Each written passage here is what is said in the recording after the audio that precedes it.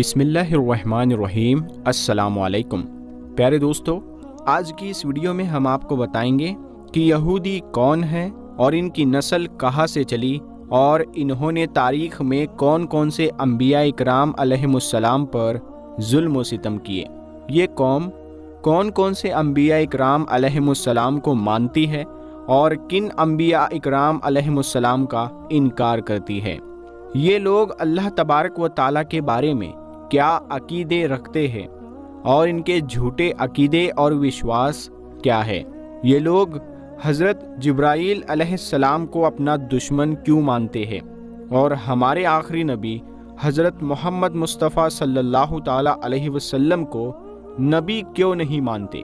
پیارے دوستو، ان تمام سوالات کے جوابات قرآن اور حدیث کی روشنی میں ہم آج کی اس ویڈیو میں آپ کو بتائیں گے، لہٰذا ہماری آپ سے یہ گزارش ہے کہ ہماری اس ویڈیو کو آخر تک ضرور دیکھیے گا۔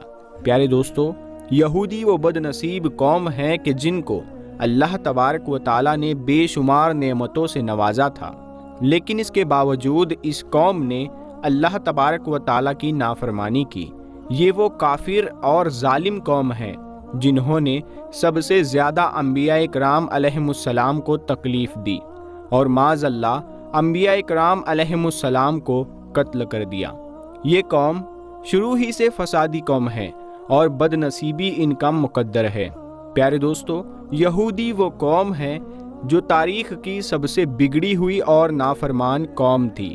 ان کو سیدھا راستہ بتانے کے لیے اللہ تبارک و تعالیٰ نے سب سے زیادہ انبیاء کرام علیہم السلام کو بھیجا اس قوم کی ہدایت کے لیے۔ اللہ تبارک و تعالیٰ نے اس قوم کو ہر طرح کی نعمتوں سے نوازا تھا۔ اس قوم نے جو چاہا اللہ تبارک و تعالیٰ نے ان کو وہی دیا۔ یہ وہ قوم تھی کہ جن کے لیے اللہ تبارک و تعالیٰ نے آسمان سے من و سلوہ اتارا، لیکن اس کے باوجود بھی یہ قوم اللہ تبارک و تعالیٰ کی نافرمانی کرنے لگی۔ اس قوم کو بنی اسرائیل بھی کہا جاتا ہے اور بنی اسرائیل کی طرف سب سے زیادہ انبیاء کرام علیہم السلام کو بھیجا گیا۔ یہ وہ بدبخت قوم تھی جو اللہ تبارک و تعالیٰ کی کتابوں میں بدلاؤ کیا کرتی تھی اور اللہ تبارک و تعالیٰ کے آیات کو بیچا کرتی تھی اور اس کے بدلے اللہ تبارک و تعالیٰ کی نافرمانی کیا کرتی تھی۔ یہ لوگ اپنے کتاب سے اپنے مطلب کی باتیں لے لیتے تھے اور باقی فرمان کو چھوڑ دیتے تھے، یا دوسرے لوگوں کو نیک کام کرنے کا حکم دیتے اور خود ان پر عمل نہیں کرتے تھے، جیسا کہ اللہ تبارک و تعالیٰ قرآن پاک میں ارشاد فرماتا ہے۔ اور ان میں سے کچھ لوگ ایسے ہیں جو کتاب پڑھتے ہیں اور زبان کا الٹ پھیر ایسے کرتے ہیں کہ تم سمجھو گے کہ جو کچھ وہ پڑھ رہے ہیں یہ کتاب ہی کی عبارت ہے۔ پیارے دوستو، یہودی قوم دنیا کی سب سے جھوٹی اور فسادی قوم ہے۔ اس قوم پر اللہ تبارک و تعالیٰ نے کئی بار لعنت فرمائی ہے۔ یہودی قوم حضرت ابراہیم علیہ السلام کے بعد ہستی میں آئی۔ یہ حضرت ابراہیم علیہ السلام کی اولاد میں سے پیدا ہوئے۔ اللہ تبارک و تعالیٰ نے حضرت ابراہیم علیہ السلام کو دو بیٹے عطا فرمائے تھے۔ ایک کا نام حضرت اسماعیل علیہ السلام اور ایک کا نام حضرت اسحاق علیہ السلام تھا۔ حضرت اسحاق علیہ السلام میں سے حضرت یعقوب علیہ السلام پیدا ہوئے، جن کو اللہ تبارک و تعالیٰ نے نبوت سے نوازا، اور حضرت یعقوب علیہ السلام کو اسرائیل کے نام سے بھی جانا جاتا تھا۔ اسی وجہ سے حضرت یعقوب علیہ السلام کی اولاد کو بنی اسرائیل کہا جاتا ہے۔ حضرت یعقوب علیہ السلام کی 4 بیویاں تھیں، جن میں سے 12 بیٹے پیدا ہوئے۔ ان 12 بیٹوں میں سے سب سے چھوٹے بیٹے کا نام یوسف علیہ السلام تھا، جن کو اللہ تبارک و تعالیٰ نے نبوت سے نوازا تھا، اور انہی 12 بیٹوں میں سے ایک بیٹے کا نام یہودا تھا، اور اسی کی وجہ سے بنی اسرائیل والوں کو یہودی کہا جاتا ہے۔ حضرت یعقوب علیہ السلام کے بعد اللہ تبارک و تعالیٰ نے حضرت یوسف علیہ السلام کو منصب نبوت پر کامیاب کیا تھا۔ حضرت یعقوب علیہ السلام کی اولاد میں سے اللہ تبارک و تعالیٰ نے 70,000 انبیاء کرام علیہم السلام کو بھیجا۔ حضرت یوسف علیہ السلام جب مصر کے بادشاہ بنے تو اکال پڑنے کی وجہ سے ان کے بھائی بھی مصر میں آ گئے اور وہیں پر ٹھہر گئے۔ حضرت یوسف علیہ السلام کے بعد جب فرعون کا دور حکومت آیا تو فرعون نے ان کو اپنا غلام بنا لیا اور کئی سالوں تک یہ لوگ فرعون کی غلامی کرتے رہے۔ حضرت موسیٰ علیہ السلام کے زمانے میں بنی اسرائیل کے 12 قبائل تھے اور یہ تمام قبیلے فرعون کی غلامی کرتے تھے اور بت پرستی کیا کرتے تھے۔ بنی اسرائیل کی یہ قوم 300 سال تک فرعون کی غلامی کرتی رہی اور کچھ لوگ شرک کے اندر ڈوبے رہے۔ اس نافرمان قوم اور فرعون کی ہدایت کے لیے اللہ تبارک و تعالیٰ نے اپنے پیارے نبی حضرت موسیٰ علیہ السلام کو بھیجا۔ چنانچہ اللہ تبارک و تعالیٰ نے حضرت موسیٰ علیہ السلام کے ذریعے اس قوم کو فرعون سے چھٹکارا دلایا اور سمندر میں سے راستہ بنا کر اس قوم کو ایک نئی زندگی عطا فرمائی۔ لیکن اس کے باوجود یہ قوم اللہ تبارک و تعالیٰ کی ناشکری کرتی رہی اور اللہ تبارک و تعالیٰ کی نافرمانی میں ڈوب گئی۔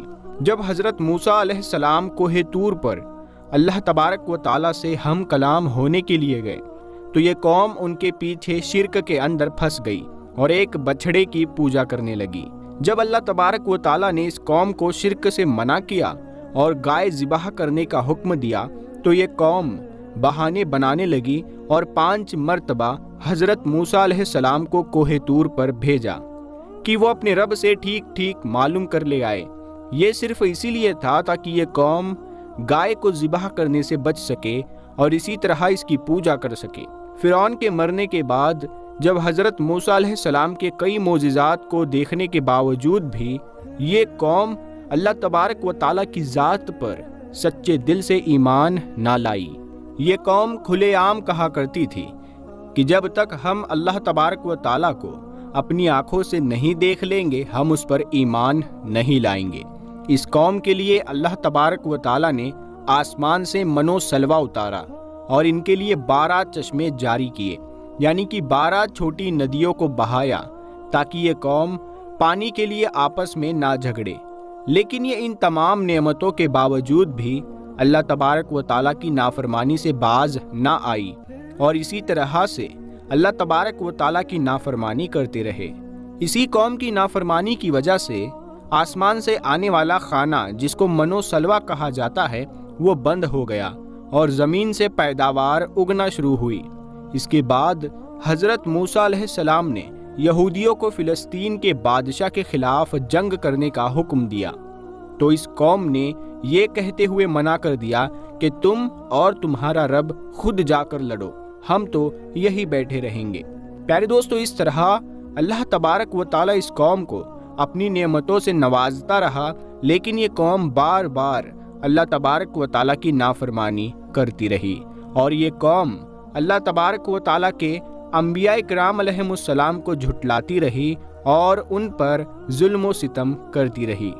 اس قوم نے اللہ تبارک و تعالیٰ کے تمام پیغمبروں کی نافرمانی کی اور ان پر ظلم و ستم کیا اور معاذ اللہ انبیاء کرام علیہم السلام کو قتل بھی کر دیا۔ اس قوم نے حضرت زکریا علیہ السلام کو بھی قتل کروایا اور حضرت یحییٰ علیہ السلام کو بھی قتل کروایا اور حضرت عیسیٰ علیہ السلام کو سولی پر چڑھانے کے پیچھے انہی لوگوں کا ہاتھ تھا اور انہی لوگوں نے حضرت عیسیٰ علیہ السلام کو سولی پر چڑھانے کی سازش کی تھی۔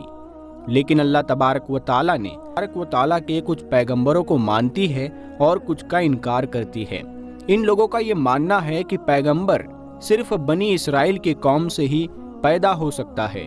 یہی وجہ ہے کہ یہ لوگ بنی اسرائیل کے پیغمبروں کو مانتے ہیں اور بنی اسماعیل علیہ السلام کے پیغمبروں کو یعنی کہ حضرت محمد مصطفیٰ صلی اللہ تعالی علیہ وسلم کو اپنا نبی نہیں مانتے۔